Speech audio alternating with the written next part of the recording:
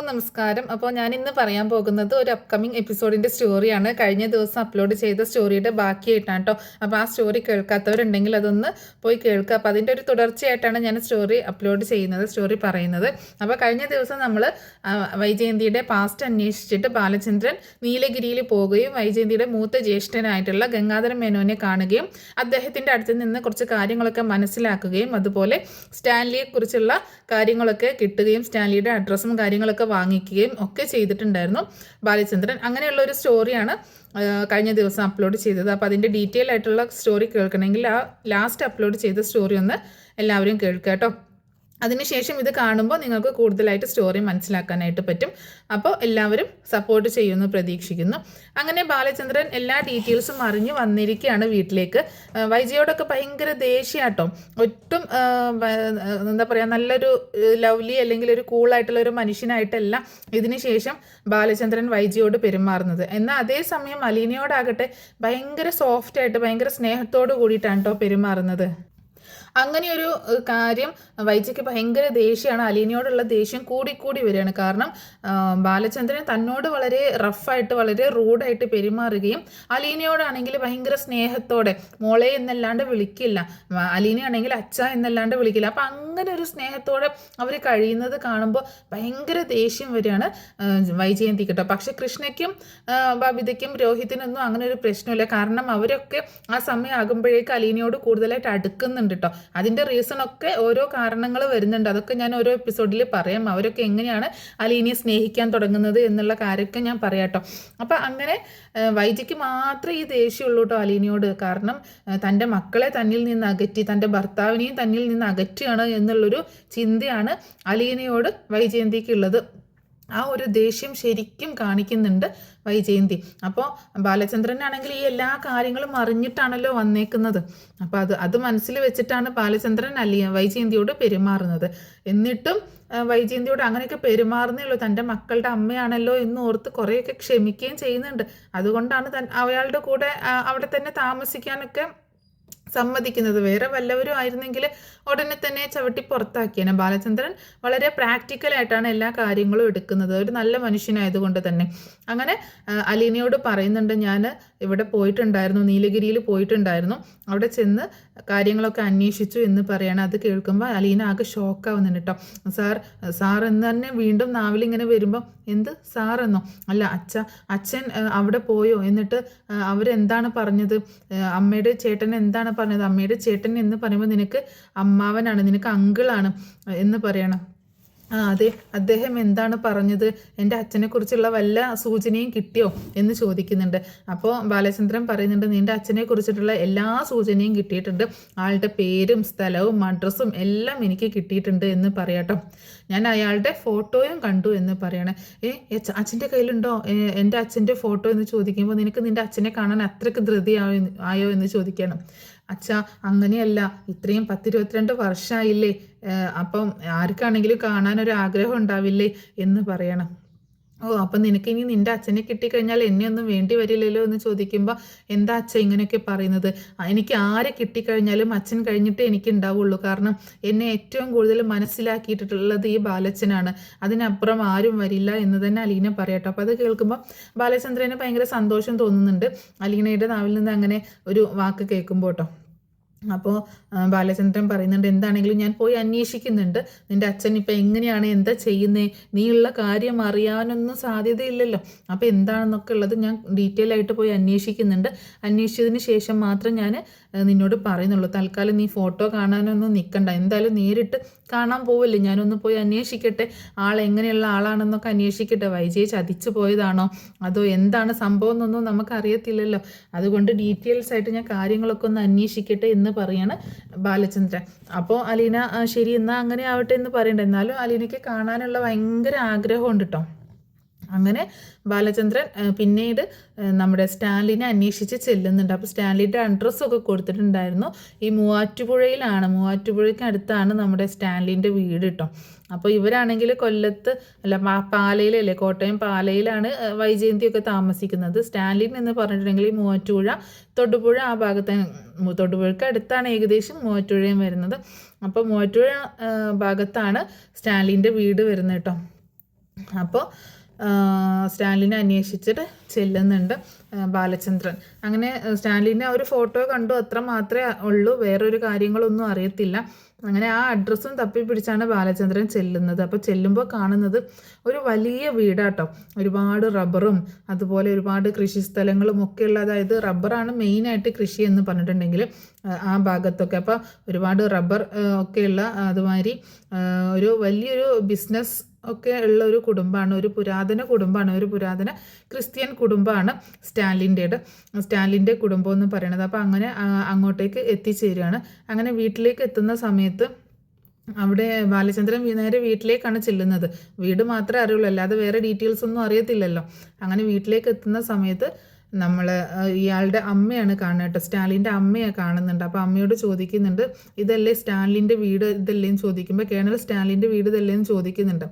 ഇത് തന്നെയാണെന്ന് പറയുന്നുണ്ട് കേട്ടോ.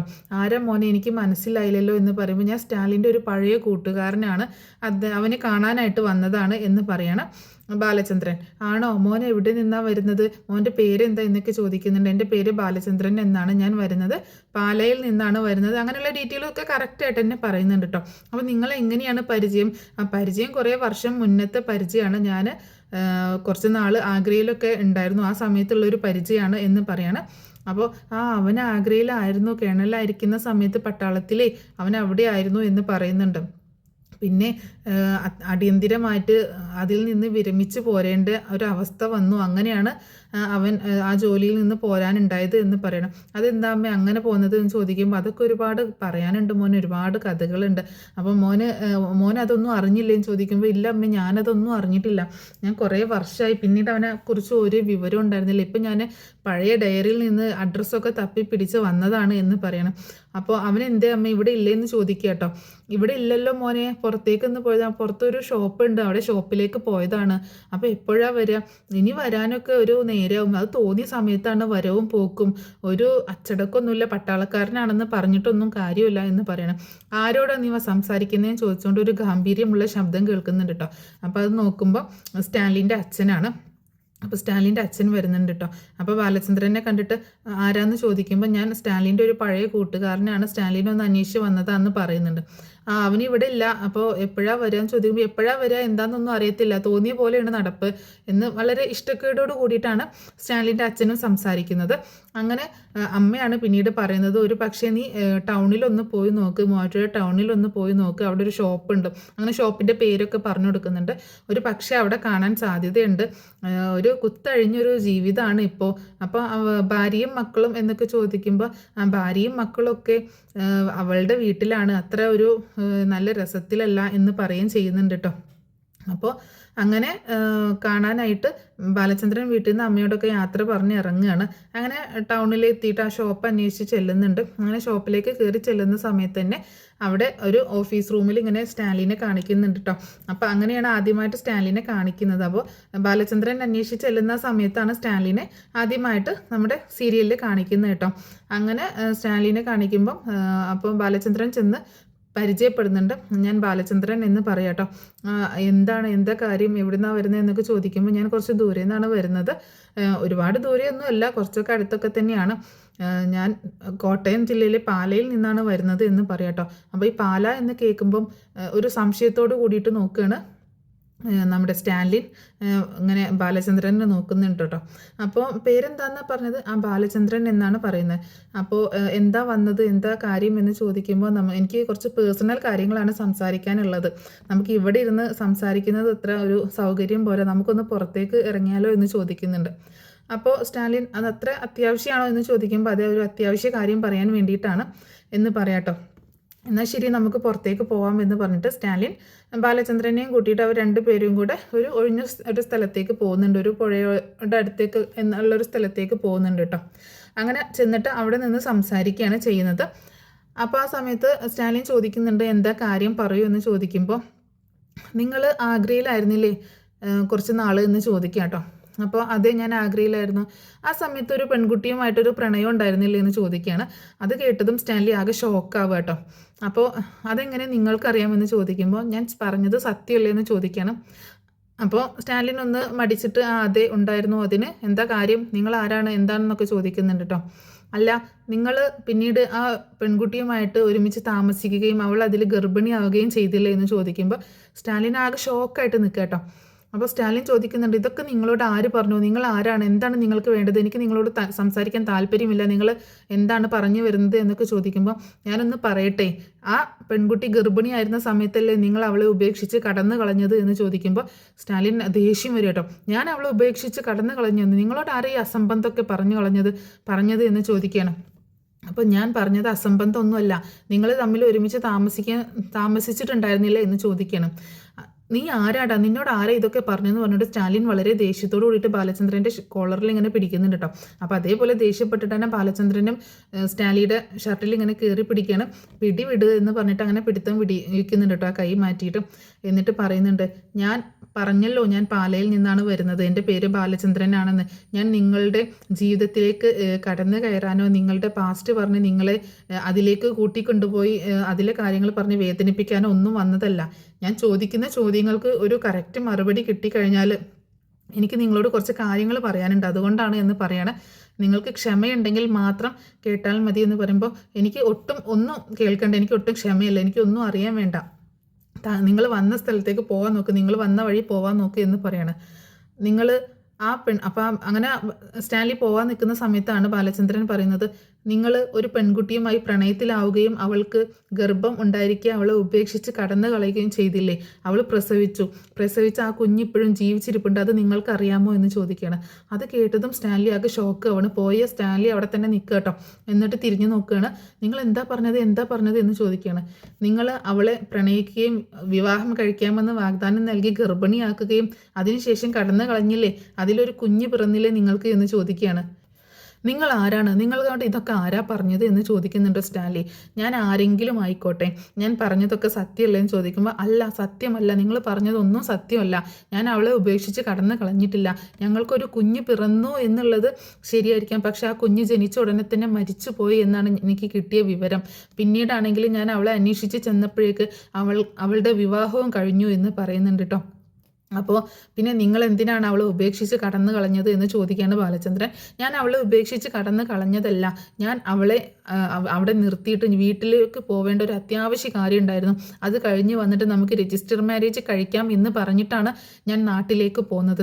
പക്ഷേ ആ നാട്ടിലേക്ക് പോരുന്ന സമയത്ത് എനിക്കൊരു ആക്സിഡൻറ്റ് പറ്റി. ആ ആക്സിഡൻറ്റ് പറ്റി ഞാൻ 2-3 മാസം ഞാൻ ഹോസ്പിറ്റലും വീടൊക്കെ ആയിട്ട് അങ്ങനെ കിടക്കേണ്ടി വന്നു. എനിക്ക് അവളെ കോണ്ടാക്ട് ചെയ്യാനോ ഒന്നിനും പറ്റിയില്ല. പിന്നീട് ഞാൻ അന്വേഷിച്ച് ആഗ്രയിൽ എത്തിയപ്പോഴേക്ക് ആഗ്രയിൽ നിന്ന് അവൾ പോയിട്ടുണ്ടായിരുന്നു. പിന്നെ ഞാൻ അവളുടെ നാട്ടിൽ പോയി അന്വേഷിച്ചപ്പോഴേക്ക് അവിടെയൊന്നും അവളെ പറ്റിയുള്ള ഒരു സൂചനയും കിട്ടില്ല.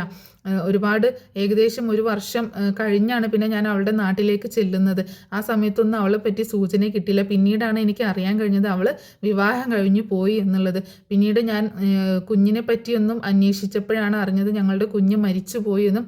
അച്ഛനാണ് എന്നോട് പറഞ്ഞത് അങ്ങനെ ഒരു കുഞ്ഞ് മരിച്ചു പോയി എന്നാണ് അച്ഛന് കിട്ടിയ വിവരം എന്ന് പറഞ്ഞു. അപ്പോൾ അതൊക്കെ കേട്ടിട്ട് ബാലചന്ദ്രൻ ഇങ്ങനെ ഷോക്കായിട്ട് നിൽക്കുകയാണ്. അപ്പോൾ ഇവർ ശരിക്കും പ്രണയിച്ചിരുന്നു എന്നും വിവാഹം കഴിക്കാൻ തീരുമാനിച്ചിരുന്നു എന്നും ബാലചന്ദ്രൻ മനസ്സിലാക്കുക കേട്ടോ. അപ്പോൾ ബാലചന്ദ്രൻ പറയുന്നുണ്ട്, സോറി, ഇതൊന്നും എനിക്ക് അറിയത്തില്ലായിരുന്നു, പക്ഷേ നിങ്ങൾ കരുതിയതൊക്കെ തെറ്റാണ്. ആ കുഞ്ഞ് മരിച്ചിട്ടില്ല, ആ കുഞ്ഞ് ഇപ്പോഴും ജീവനോടെ ഇരിപ്പുണ്ട് എന്ന് പറയണം. എവിടെയാണ് എൻ്റെ കുഞ്ഞ് ജീവിച്ചിരിക്കുന്നത്? എനിക്ക് എൻ്റെ കുഞ്ഞിനെ കാണണം എന്നൊക്കെ പറയുന്നുണ്ട് കേട്ടോ. അതെ, നിങ്ങളുടെ കുഞ്ഞ് ജീവിച്ചിരിപ്പുണ്ട്, ആ കുഞ്ഞ് എൻ്റെ കൂടെ ഉണ്ട് എന്ന് പറയണം. അപ്പോൾ സ്റ്റാലിൻ ചോദിക്കുന്നുണ്ട്, നിങ്ങൾ ആരാണ്? എനിക്കൊന്നും മനസ്സിലായില്ല എന്ന് പറയുമ്പോൾ ബാലചന്ദ്രൻ പറയുന്നുണ്ട്, നിങ്ങൾ നേരത്തെ പറഞ്ഞില്ലേ നിങ്ങൾ വിവാഹം കഴിക്കാൻ വേണ്ടി തീരുമാനിച്ച് ഗർഭിണിയാക്കി പോയി ആ പെൺകുട്ടിയെ പറ്റി പറഞ്ഞില്ലേ, ആ പെൺകുട്ടിയുടെ പേര് വൈജയന്തി എന്നല്ലേ എന്ന് ചോദിക്കുമ്പോൾ സ്റ്റാലിൻ ആകെ ഷോക്കാവുന്നുണ്ട് കേട്ടോ. അതെ, വൈജയന്തി, എൻ്റെ ജയ എന്ന് പറയുന്നുണ്ട് കേട്ടോ. ആ നിങ്ങളുടെ ജയയുടെ ഭർത്താവാണ് ഞാൻ, ഇപ്പോൾ അവളുടെ ഭർത്താവ് ഞാനാണ്, ഞങ്ങൾക്ക് 3 മക്കളും ഉണ്ട് എന്ന് പറയുകയാണെ. അത് കേട്ടതും സ്റ്റാലിൻ ആകെ ഷോക്കാവുക കേട്ടോ. തൻ്റെ കാമുകിയുടെ ഭർത്താവ്, അതായത് തൻ്റെ കുഞ്ഞിൻ്റെ അമ്മയുടെ ഭർത്താവാണ് തൻ്റെ മുന്നിൽ വന്ന് നിൽക്കുന്നത്, എല്ലാ കാര്യങ്ങളും അറിഞ്ഞു വെച്ചുകൊണ്ട്. അപ്പം സ്റ്റാലിൻ ആകെ ഷോക്കാവുന്നുണ്ട് ഈ വാർത്ത കേട്ടപ്പോൾ കേട്ടോ. നിങ്ങൾ ജയയുടെ ഹസ്ബൻഡാണെന്നോ? എനിക്ക് വിശ്വസിക്കാൻ പറ്റുന്നില്ല എന്ന് പറയുമ്പോൾ നിങ്ങൾ വിശ്വസിക്കണം. അപ്പോൾ എൻ്റെ മകൾ നിങ്ങളുടെ കൂടെ ഉണ്ടെന്നോ? അവൾ അവൾ മരിച്ചു പോയി എന്നാണല്ലോ എനിക്ക് കിട്ടിയ വിവരം എന്നൊക്കെ പറയുമ്പോൾ അതൊക്കെ ഒരുപാട് കഥയാണ്. അവളെ മരിച്ചു പോയി എന്ന് എല്ലാവരെയും കൊണ്ട് വിശ്വസിപ്പിച്ചത് അവളുടെ വീട്ടുകാർ തന്നെയാണ്. എന്നിട്ട് ആ കുഞ്ഞിനെ ഒരു ഓർഫനേജിൽ വളർത്താനായിട്ട് കൊടുത്തു. അവിടെ ഉണ്ടായിരുന്ന ആ അമ്മ അവളെ വളർത്തിയ അമ്മ മരിച്ചു പോയപ്പോൾ അവർ തന്നെ വൈജയന്തിയുടെ അച്ഛനെ വിളിച്ച് ഈ കുഞ്ഞിനെ ഏൽപ്പിച്ചു കൊടുക്കുകയാണ് ചെയ്തത്. ഇപ്പോൾ അവൾ എൻ്റെ വീട്ടിലെത്തിയിട്ട് ഏകദേശം 1.5 വർഷമാകുന്നു എന്ന് പറയാട്ടോ. അപ്പോൾ അത് കേട്ടിട്ട് ഭയങ്കര എന്താ പറയുക ഷോക്കായിട്ടാണ് സ്റ്റാലിൻ ഇതൊക്കെ കേട്ടുകൊണ്ട് നിൽക്കുന്നത് കേട്ടോ. ഒന്നും വിശ്വസിക്കാൻ പറ്റാത്ത രീതിയിൽ. എന്നിട്ട് അവൾ എവിടെയാണ്, നിങ്ങളുടെ വീട്ടിൽ ആണോ എന്ന് ചോദിക്കുമ്പോൾ അത് എൻ്റെ വീട്ടിലാണ്, പക്ഷേ എനിക്ക് മാത്രമേ അറിയത്തുള്ളൂ, എനിക്കും അങ്ങനെ കുറച്ച് പേർക്ക് മാത്രമേ അറിയത്തുള്ളൂ അവൾ വൈജയുടെ മകളാണ് എന്നുള്ള കാര്യം വൈജയ്ക്ക് അറിയത്തേ ഇല്ല എന്ന് പറയണേ. എന്താ നിങ്ങൾ പറയുന്നത്? എനിക്കൊന്നും മനസ്സിലാവുന്നില്ല. വൈജയ്ക്ക് അറിയില്ല എന്നോ? അവളുടെ മകള് അവളുടെ കൂടെ നിന്നിട്ട് അറിയില്ല എന്നോ? അതെ, അവൾക്ക് അറിയില്ല. അവളെ വീട്ടിലെ ഒരു ഹോം നേഴ്സായിട്ട്, ഒരു ജോലിക്കാരിയായിട്ടാണ് കൊണ്ടുവന്നത്. ഇന്നും അവൾ ഒരു ജോലിക്കാരിയായിട്ടാണ് വീട്ടിൽ നിൽക്കുന്നത്. അപ്പോൾ ഇപ്പോഴാണെങ്കിൽ അവൾക്ക് വീട്ടിൽ നിൽക്കാൻ പറ്റാത്ത ഒരുപാട് സാഹചര്യങ്ങളുണ്ട്. ഞാൻ എൻ്റെ ഒരു മകളെപ്പോലെയാണ് അവളെ കാണുന്നത്. പക്ഷേ എൻ്റെ ഭാര്യ, അതായത് വൈജയന്തി, ഞങ്ങളുടെ ബന്ധത്തെ തെറ്റിദ്ധരിച്ചുകൊണ്ട് ഓരോ ദിവസവും ഓരോ പ്രശ്നങ്ങൾ ഉണ്ടാക്കുകയാണ്. അതുകൊണ്ട് ഇപ്പോഴത്തെ സാഹചര്യത്തിൽ ഇനിയും അവിടെ തുടർന്നു പോകാൻ അലീനയ്ക്ക് പറ്റില്ല. വേറെ എവിടെയും എനിക്ക് അവളെ കൊണ്ടുപോയി ആക്കാൻ പറ്റില്ല. അവളെ ഏൽപ്പിക്കുന്നത് സുരക്ഷിതമായ കൈകളിലായിരിക്കണം എന്ന് എനിക്ക് ഉറപ്പുണ്ട്. എനിക്ക് വേണമെങ്കിൽ എനിക്ക് അവളെ വാശി പിടിച്ച് എൻ്റെ വീട്ടിൽ നിർത്താം. അതോടുകൂടിയിട്ട് എൻ്റെ കുടുംബജീവിതം എൻ്റെ കയ്യിൽ നിന്ന് പോകും. ഇത്രയും നാൾ ഞാൻ കാത്തു സൂക്ഷിച്ചു കൊണ്ടുവന്നതാണ്. അത് തകരാൻ ഞാൻ ആഗ്രഹിക്കുന്നില്ല. വൈജ എന്നോട് തെറ്റ് ചെയ്തു, എന്നെ ചതിച്ചു. പക്ഷേ എന്നാലും എനിക്ക് എൻ്റെ മക്കളെ ഓർത്ത് അവളെ കൂടെ നിർത്തിയേ പറ്റത്തുള്ളൂ. അതുകൊണ്ട് തൽക്കാലം വൈജയ്ക്ക് കൊടുക്കുന്ന ഒരു ശിക്ഷയാണ് ഞാനിത്. വൈജ എന്നോട് ചെയ്ത ഒരു ചതിക്ക് ഞാൻ വൈജയ്ക്ക് കൊടുക്കുന്ന ശിക്ഷയാണ്. വൈജ ഒരിക്കലും അവളുടെ മകളെ അറിയാൻ പാടില്ല എന്നുള്ളത്. അതുകൊണ്ട് വൈജ അവളെ അറിയുന്നതിന് മുൻപ് നിങ്ങൾ അവളെ വന്ന് കൂട്ടിക്കൊണ്ടു പോകണം എന്ന് പറയാണ് ബാലചന്ദ്രൻ സ്റ്റാൻലിയോട്. എല്ലാം കേട്ടിട്ട് ആകെ ഷോക്കായിട്ട് തന്നെയാണ് കേട്ടോ സ്റ്റാൻലി നിൽക്കുന്നത്. അങ്ങനെ ആ സ്റ്റാൻലി ആലോചിച്ചിട്ട് ഒരു മറുപടി പറയുന്നുണ്ട്. എനിക്ക് എൻ്റെ ഒരു ലൈഫും ഏകദേശം ഇതുപോലെയൊക്കെ തന്നെയാണ്. എൻ്റെ ലൈഫും അത്ര നല്ല ഒരു രീതിയിലൊന്നുമല്ല മുന്നോട്ട് പോകുന്നത്. എനിക്ക് ഭാര്യയും 2 മക്കളും ഒക്കെ ഉണ്ട് എന്ന് പറയാണ്. പക്ഷേ ഞങ്ങൾ ഒരുമിച്ചല്ല, ചെറിയ ചെറിയ പ്രശ്നങ്ങളൊക്കെ ആയിട്ട് അത് ഞാൻ അറിഞ്ഞു എന്ന് പറയണം. അതെങ്ങനെ നിങ്ങൾ അറിഞ്ഞു? അതൊക്കെ ഞാൻ അറിഞ്ഞു. എന്താണെങ്കിലും നിങ്ങളുടെ കുറച്ച് കാര്യങ്ങളൊക്കെ ഞാനും അന്വേഷിച്ചറിഞ്ഞു. എന്നിട്ടാണ് നിങ്ങളെ കാണാനായിട്ട് ഞാൻ വന്നത് എന്ന് പറയാണ് ബാലചന്ദ്രൻ. അപ്പോൾ സ്റ്റാലിൻ പറയുന്നുണ്ട്, എനിക്ക് ആലോചിക്കാൻ ഇത്തിരി സമയം വേണം. സ്വന്തം മകളുടെ കാര്യത്തിലാണോ ഇങ്ങനെ ആലോചിക്കാൻ സമയമെടുക്കുന്നതെന്ന് ചോദിക്കട്ടോ. അതല്ല, എനിക്ക് എങ്ങനെ വീട്ടിലേക്ക് കൊണ്ടുവരും, എന്ത് പറഞ്ഞു കൊണ്ടുവരും, ഇപ്പോഴാണെങ്കിൽ പെട്ടെന്ന് അങ്ങോട്ട് കയറി കൊണ്ടുവരാനും പറ്റുന്ന ഒരു സാഹചര്യമല്ല. എന്നാലും ഞാൻ ഏറ്റെടുത്തോളാം. എൻ്റെ മകളെ എൻ്റെ കൂടെ ഞാൻ നിർത്തിക്കോളാം. നിങ്ങൾ ആരും ഇനി ബുദ്ധിമുട്ടേണ്ട കാര്യമില്ല. അവളുടെ അമ്മയ്ക്ക് അവളെ വേണ്ടെങ്കിൽ എനിക്ക് അവളെ വേണം, എനിക്ക് എൻ്റെ മോളെ വേണം എന്ന് പറയണം. എന്താണ് അവളുടെ പേര് എന്ന് ചോദിക്കുന്നുണ്ട് കേട്ടോ. അപ്പോൾ അലീന എന്നാണ് അവളുടെ പേര് എന്ന് പറയുമ്പോൾ സ്റ്റാൻലിക്ക് ഭയങ്കര സന്തോഷമാണ്. ഒരു ക്രിസ്ത്യൻ നെയിമായിട്ട് തന്നെയാണല്ലോ മോള് വളർന്നേക്കുന്നത് എന്ന് കേൾക്കുമ്പോൾ ഭയങ്കര സന്തോഷം തോന്നുന്നുണ്ട് കേട്ടോ. അപ്പോൾ അവളെ വളർത്തിയതും അതുപോലെയുള്ളൊരു ഓർഫനേജിലായിരുന്നു. അതുകൊണ്ടാണ് അവൾ ആ ഒരു കൾച്ചറിൽ തന്നെയാണ് വളർന്നേക്കുന്നത് എന്നും പറയുന്നുണ്ട്.